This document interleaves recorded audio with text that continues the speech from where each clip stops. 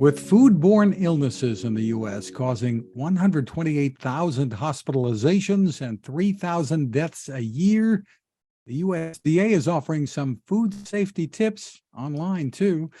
Welcome back to Techstination. I'm Fred Fishkin. Joining us is USDA food safety expert Meredith Carruthers. Hi, Meredith. Hi there. How are you? Terrific. Well, feeling pretty good, even after reading the headlines here. While there are many Thanksgiving meal veterans out there, many others are new or not as experienced when it comes to cooking a turkey and the trimmings. And the USDA is here to help, probably valuable even for experienced cooks. And the big concerns have to do with safety. Tell us about it.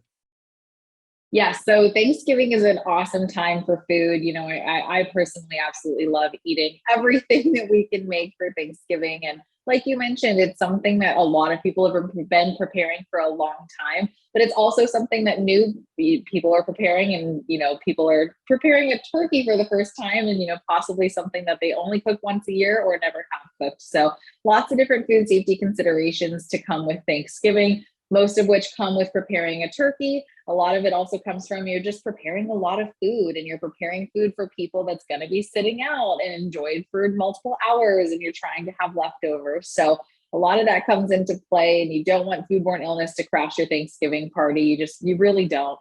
It's not a fun time for anybody. No. So what are some of the most common mistakes that can lead to illnesses?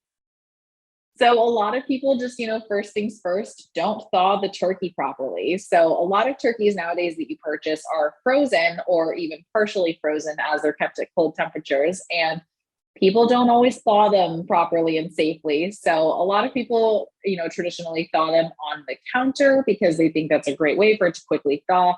Unfortunately, that's not necessarily always safe. Your house is at a temperature where bacteria actually like to multiply rather quickly. As all of us have our houses around, 70 degrees or so, 60 to 70 degrees, bacteria can multiply at those temperatures. So it's not safe to thaw your turkey on the counter or at room temperature. You really want to be thawing your turkey in the refrigerator or, using the cold water method, something that's going to keep it at a safe temperature throughout that time frame. Another thing that people don't do correctly is take the temperature of the turkey, the internal temperature, using a food thermometer.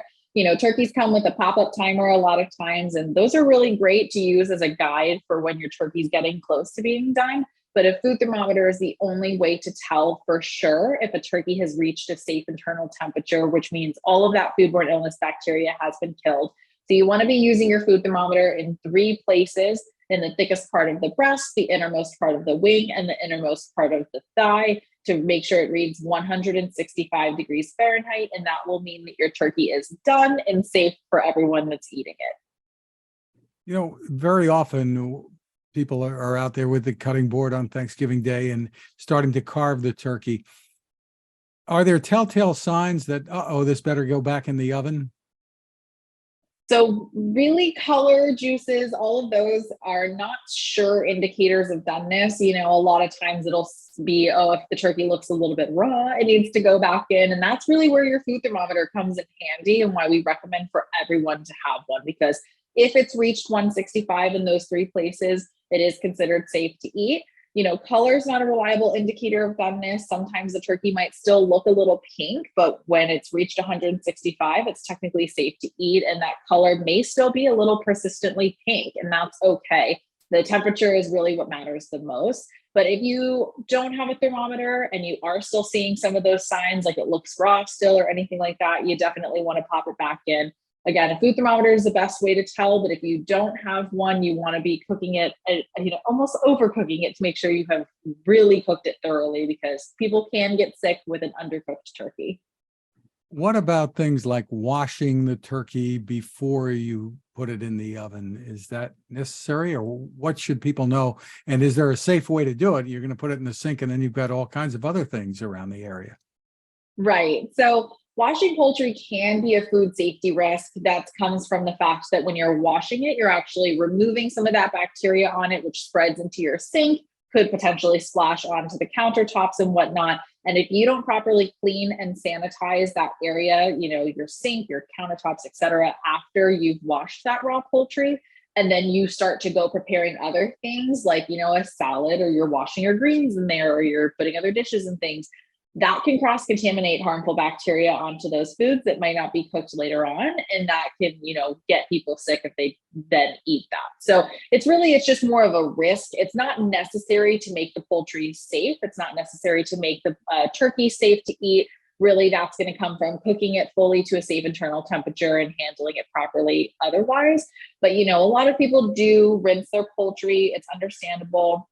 We also understand that turkeys are large and they're bulky, and it's hard to properly, unwrap all of that and contain all the juices in something other than the sink. So that's totally understandable. And it's something that's going to be easier. It's not necessary, but yes. So the way that you would then make your situation safe afterwards, if you do have to rinse your, turkey, or if you have to unwrap it in the sink or something like that, is to really clean and then sanitize.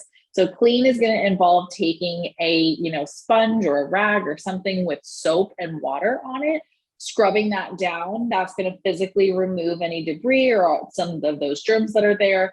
And then after you do that, take a sanitizer. So that's going to be either, a commercial sanitizer that you've purchased that's safe for food contact surfaces, or a sanitizing solution that you can make in your own home of 1 tablespoon bleach to 1 gallon of water, and wipe that down, let it air dry, and then you can continue preparing your foods in your sink afterwards. So not necessary. We don't totally recommend to do it, just, to keep everybody safest. But if you do, clean and sanitize your sink fully and thoroughly after to make it safe.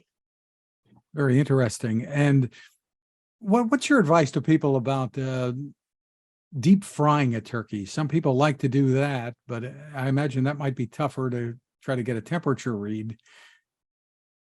Right. Yeah. So deep frying is a cool option. I personally have had deep fried turkey and really liked it a lot.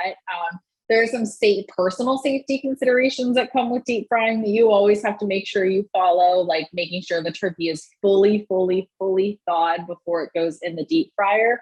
If you put a turkey with any kind of ice crystals into the deep fry oil, it'll vaporize and turn into steam and cause it to bubble over, and that can create burns and other injuries. So that's something to keep in mind. But otherwise, for a safe internal temperature, making sure it's done. It can be done safely by, when you fully pull out the turkey from the fryer bin, let it, kind of drip for a few minutes, and then you can use the thermometer to take temperature that way. But even if you're deep frying, if you're air frying, deep frying, roasting in the oven, putting pieces in a slow cooker, anything that you're doing to cook your turkey, we do recommend using that food thermometer to make sure it gets to 165, and then it's safe to eat.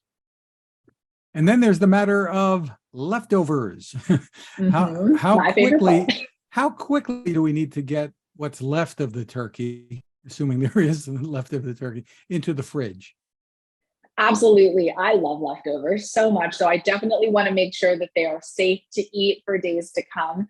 So to do that, they really have to be getting into the refrigerator within 2 hours. Or if any of your listeners are somewhere where it's over 90 degrees Fahrenheit, that time is reduced to 1 hour. But 2 hours is your magic number for Thanksgiving leftovers. As food starts to get served, as everybody's sitting down, eating, going into their turkey comas, it's easy to lose track of time. So try really hard to set yourself a reminder or a timer that has that 2 hour mark, so you can make sure you're getting back to your food, breaking it down into smaller portions, getting it into the refrigerator within 2 hours, because after that time frame, harmful bacteria can continue to grow. They can even grow to dangerous levels that make it so they won't be safe later on, even if you reheat. You do have to make sure that that is getting into the refrigerator within a 2 hour time frame. So I guess we can say before dessert, take care of the leftovers. Yes, exactly. Before dessert, take some time to go ahead and put those foods into the refrigerator, get them all nicely packaged up. And that also gives you space to put your desserts out. Excellent. Is there a place people can go to for more information on all of this? Absolutely. So we have a ton of information on our website, www.fsis.usda.gov. We have lots of fact sheets and resources specifically about Thanksgiving and turkey and preparing your holiday meal safely. We also have a meat and poultry hotline, which has live food safety experts like myself available to answer any of your questions, We're even open on Thanksgiving Day, which is great as a resource to be able to call us if you're having any panic or any, questions that you need answered, debates from your family you need settled on what to do.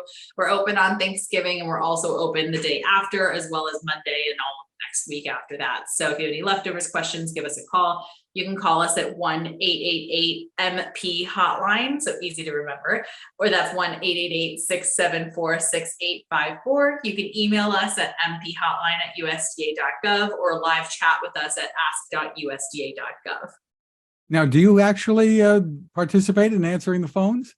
So this year I'm not. It's my first year off in like 4 years, but previously the past like 4 years I worked on Thanksgiving Day with the hotline team, and it's just a very rewarding day knowing that you're helping people who are in a panic about preparing a meal that they're not used to preparing very often. Terrific. Yeah, I dropped it on the floor. Should I wash it? What should I do? Yeah, exactly. My turkey's not thawed yet, so how do I make this turkey by dinner time? That type of stuff. Terrific. Well, thank you so much, Meredith Carruthers. Have a wonderful holiday, and thanks for spending time with us. Thanks. Of course. Thanks so much for having me. Happy Thanksgiving.